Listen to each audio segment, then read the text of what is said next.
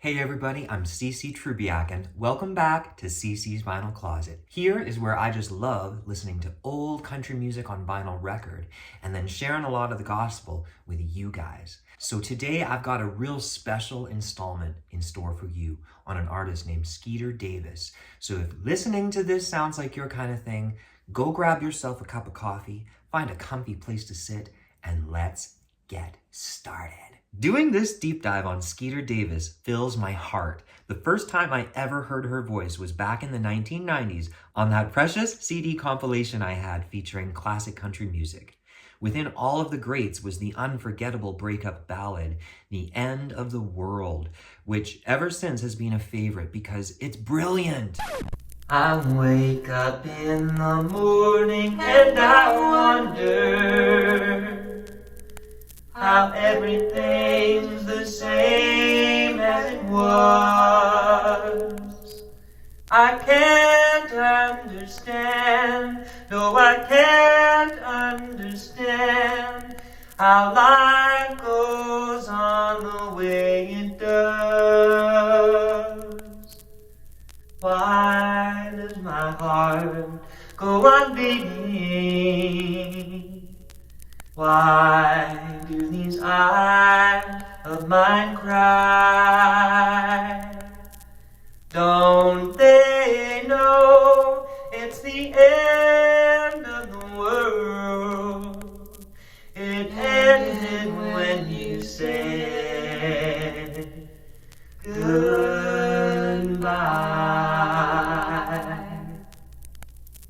Skeeter Davis is the voice behind this hit song, and no one else could ever have done what she did with it.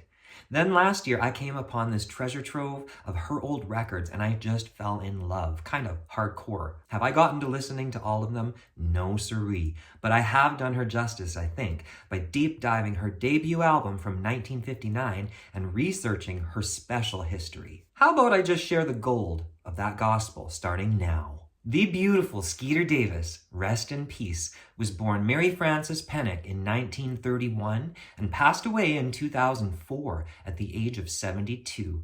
She was the first of 7 children, and as a child, her grandpa nicknamed her Skeeter because she had a boundless energy and buzzed around like a little old mosquito. The nickname stuck for life. Very tragically, I read Skeeter had a tough childhood, a mom with deep depression who attempted suicide multiple times, with little Skeeter often being the child to step in and prevent it from being carried out. Fortunately, like many of us, Skeeter loved music and took comfort in it. And in high school, she met Betty Jack Davis, and the two became close friends who bonded over music together. Thus began a duo act called the Davis Sisters. Skeeter didn't mind calling it the Davis Sisters and losing her own last name. As the Davis Sisters, they quickly developed a reputation for superb harmonies, and if you can even believe it, they released a hit single in 1953 called I Forgot More Than You'll Ever Know. That song hit #1. Now here's where tragedy struck.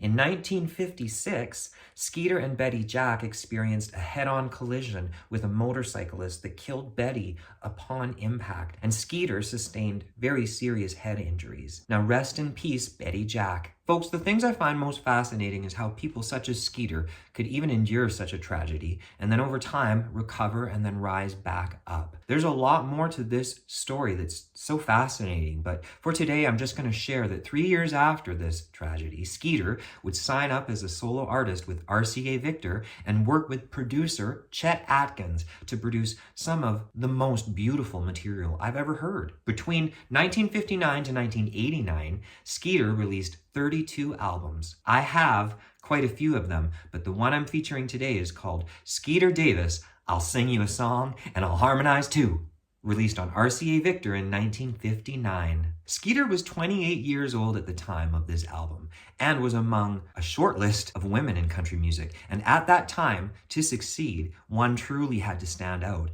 And after hearing so many of the greats thus far, I can hear what makes Skeeter unique. Her voice is truly sincere. Heck, even the flip side of the record jacket boasts sincerity. I'm here for it and I love it. There are 12 tracks in total on this album, several of which are cover versions of the likes of Hank Williams, Jan Howard, even Buck Owens' song, Under Your Spell Again. Now, speaking of covers, satisfyingly enough, another cover that stands out most is the cover of I Forgot More Than You'll Ever Know, which Skeeter had already done with the Davis sisters. Now, I never heard that original version, so I felt properly schooled up to speed. It's a beautiful song. And true to the album's title, Skeeter harmonizes with herself in place of Betty. It's a little bittersweet, but here's some tea. The album took its name from Chet Atkins' idea of harmonizing Skeeter's vocals with herself. Atkins used this technique because initially her vocals were not suited to singing the lead vocals. She had previously sung the harmony part as part of the Davis sisters. This was great insight. By using this technique, it gave her voice a fuller sound and production. I love that. So here's a little sample of a CC style of I Forgot More Than You'll Ever Know, a warning song with Skeeter cautioning the very girl who stole her man that she'll never steal her memories. Plus, she's done moved on already. You stole his love from me one day. You didn't care how much you hurt me, but you can never steal away the memories of what used to be.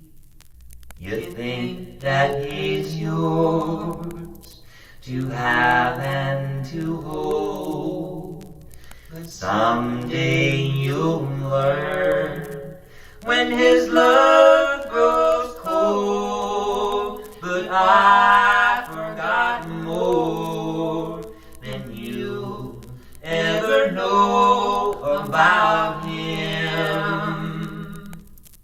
There are a lot of other fine songs on this record, but one more I'd really like to refer to is called The Devil's Doll, another cautionary hot take from a girl whose once upstanding fella got lured by the devil's doll. It's classic, it's catchy, it's Skeeter.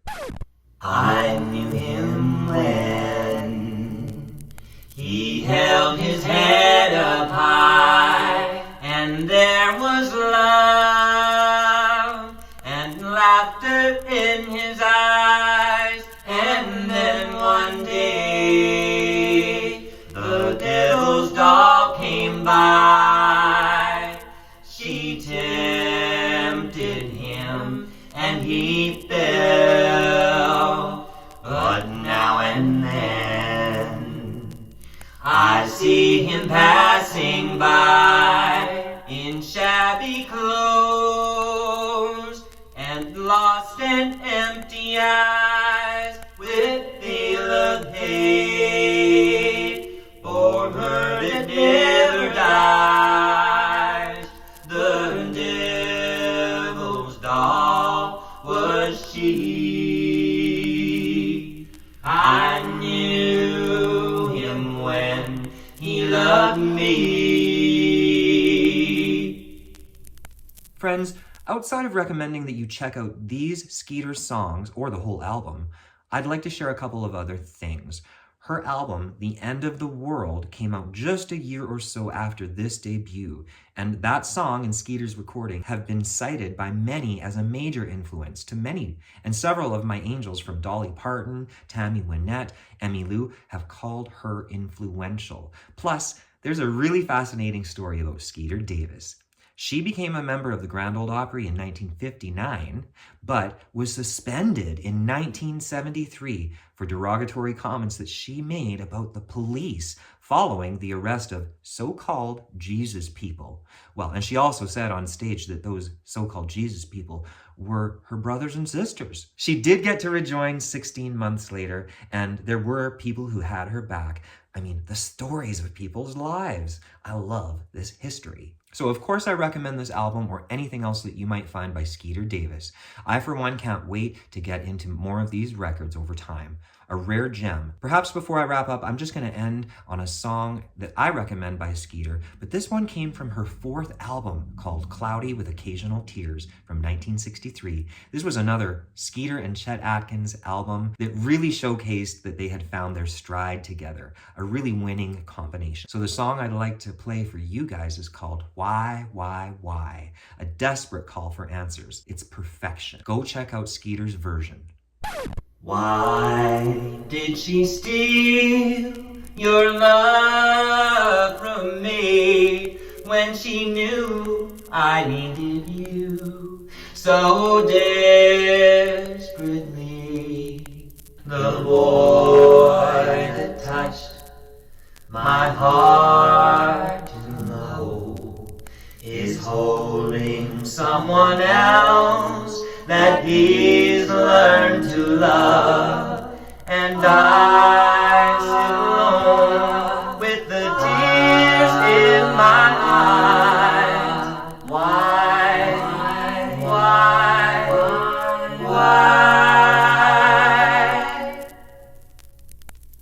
Skeeter Davis became one of the most successful female entertainers in the history of country music. Country and Western meets sophisticated pop, melodic, and sincere. What are your thoughts on Skeeter Davis? This wraps up today's installment of CC's Vinyl Closet. Thank you so much for tuning in, and please hit that like and subscribe button if you can. I sure appreciate it. Until next week's installment, take care of you and take sweet, sweet comfort in the music.